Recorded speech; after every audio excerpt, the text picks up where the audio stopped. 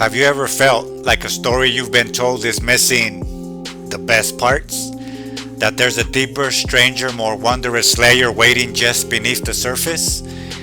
That feeling of being guided to a piece of a puzzle you didn't even know you were solving? For me, the Gospel of Peter is one of those pieces. While a fragment was found earlier, its spirit aligns perfectly with the Nag Hammadi Library from 1945, a collection of forbidden texts buried in the Egyptian desert, saved for a time when we might be ready to hear them. It feels less like an accident and more like a clue, left by that universal hand that moves behind the scenes, offering signposts for the next cycle of understanding. And this text, it contains a version of the resurrection so bizarre, so literally fantastic, that it was silenced for centuries. But its strangeness is the very point. It starts not with joy, but with the deep personal grief from Peter himself. And the lines go like this, quote, "I, Simon Peter, and Andrew my brother, took our nets and went to the sea. And there with us was Levi, the son of Alphaeus, whom the Lord..." There's an immediate intimacy here. This is Peter's account. It quickly moves to the crucifixion, but the details are different. The suffering is amplified. Quote 2, "And they brought two malefactors and crucified the Lord between them. But he held his peace as though he felt no pain." Quote 3, "And they were wroth with him and commanded that his legs should not be broken, that he might die in torment." The cruelty is explicit. They want to prolong the suffering. Then the text describes a moment of cosmic significance at his death. Quote 4, "And the Lord cried out loud, saying, my power, thou hast forsaken me. And when he had said this, he was taken up. My power, O power." This is radically different from my God, why have you forsaken me?" of the canonical Gospels. It sounds less like abandonment by God and more like the departure of a divine force from within. The aftermath of the crucifixion is described with deep sorrow. Quote number 5, "And then they drew the nails from the hands of the Lord and laid him upon the earth, and the whole earth was shaken, and there came a great fear upon all." The earth itself reacts to this injustice.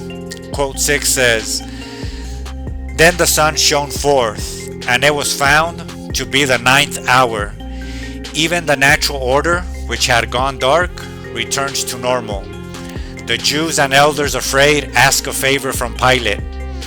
Quote number 7, "The Jews and the elders and the priests, knowing that evil they had done to themselves, began to lament and say, Woe unto our sins! The judgment and the end of Jerusalem is at hand."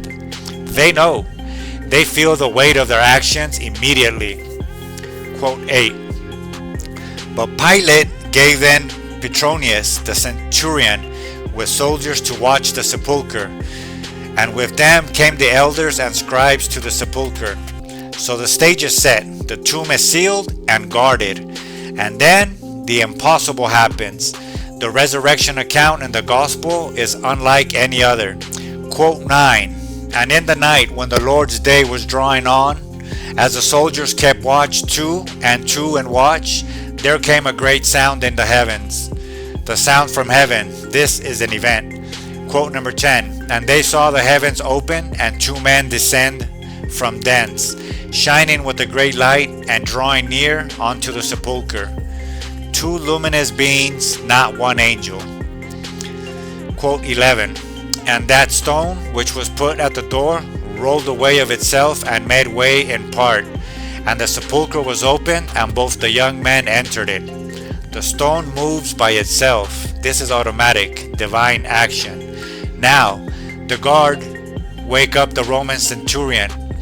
Quote number 12, "And when the soldiers saw that, they awakened the centurion and the elders, for they were also keeping watch. Even the authorities are present to witness this."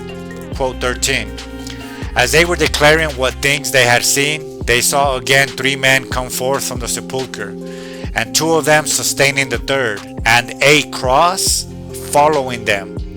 This is the incredible thing. 3 figures emerge, 2 supporting one, and the cross following them. Quote 14, and of the 2, the head reached unto the heaven, but the head of him who was led by them overpassed the heavens. The scale is cosmic. These are not merely men, they are celestial beings of immense stature. Quote 15, and they heard a voice from the heavens saying, Thou hast preached to them that sleep. And a response was heard from the cross. Yeah, the talking cross. It confirms the divine mission. This isn't just a resurrection, it's a cosmic triumph where even the instrument of torture is transformed and animated by the spirit of what happened upon it. So what are we to make of this? A talking cross, giants emerging from a tomb. This feels more like a mystical vision than a history report, and that's likely the point. This text challenges the mainstream view head on. Orthodoxy requires faith in a physical, bodily resurrection of a historical fact. An external event you must believe in to be saved. It can become a mechanistic ritual. Stand, kneel, cross yourself, pay, eat the flesh, drink the blood, put some more money in the basket. What does any of this actually do once again? How does any of this ritual organize a community to provide for itself? To actually lift each other up out of poverty and despair? Or does it just train us to pay tribute to a hierarchy, to fund an institution while there are people in need right outside its very own doors, inside its doors? The Gospel of Peter with its dreamlike symbolic language points elsewhere. The talking cross isn't just a magic trick, it's a symbol. It represents the ultimate transformation, where the very instrument of death and suffering is redeemed and becomes a source of divine voice and knowledge. This is the path of Gnosis. It's not about believing in a magic trick that happened to someone else 2,000 years ago. It's about an internal awakening that you can transform your own suffering into wisdom. That's the divine spark within you. The Christ within can redeem your own personal cross and make it speak. This is about self-salvation. It's about realizing that the power isn't in the external ritual. It's in the internal alchemy. It's fixing the source, your own consciousness, instead of constantly trying to wipe the mirror in front of you and thinking it's going to fix your hair on your head. This text was suppressed because its message is too empowering. An institution can't sell you salvation if the key has been inside of you all along. So I'll leave you with this. Why are we aware of the things that we are aware of? There is so much that we don't know, literally. We don't know what we don't know.